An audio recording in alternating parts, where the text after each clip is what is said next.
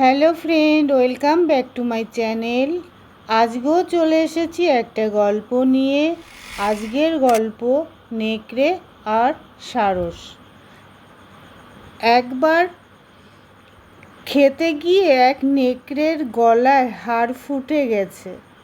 দারুণ যন্ত্রণায় চারিদিকে ছোটাছুটি করতে লাগলো। ছুটতে ছুটতে সামনে যাকে দেখে তাকেই তার গলা থেকে হাড় বের করে দেওয়ার অনুরোধ করতে থাকে। এইভাবে অনেকের কাছে যায়, কাকুতি মিনতি করতেই থাকে। নেকড়ের অবস্থা দেখে বনের অন্য প্রাণী তাকে সাহায্য করতে এগিয়ে এলো না, কারণ নেকড়েটা তাদের পরিচিত কাউকে খেয়ে এসেছে। অন্য পশুরা এটাই ভাবছে। এবারেও তার গলার হাড়টা হয়তো তাদেরই কোনো আত্মীয় স্বজনের হবে।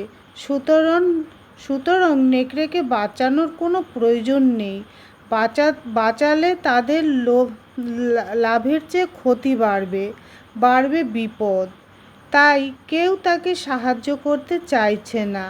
কোনো উপায় না দেখে নেকড়ে নদীর তীরে গেল।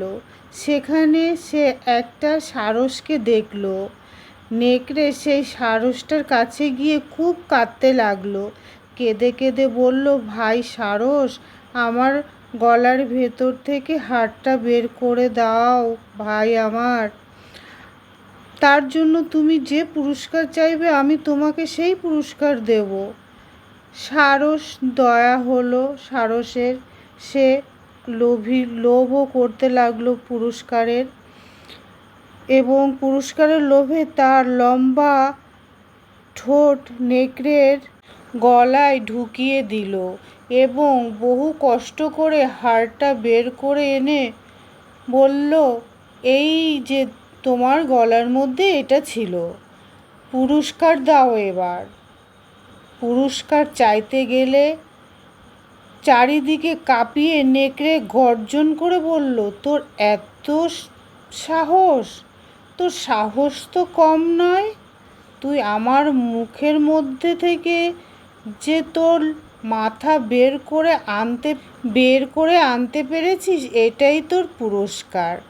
তোর ভাগ্য ভালো যে আমি তোকে সাবার করে দিইনি। নেকড়ের এই গর্জন আর এই কথা শুনে সারস ভয়ে দৌড়ে পালিয়ে গেল। তো বন্ধুরা, অতি লোভ কোনোদিনও ভালো না। তাই এর থেকে আমরা কি শিক্ষা পাই? নীতিকথাটা, বেশি লোভ করলে বিপদে পড়ার ভয় থাকে। তো কেমন লাগলো বন্ধুরা? রাধে রাধে। ভালো লাগলে লাইক, কমেন্ট, শেয়ার প্লিজ।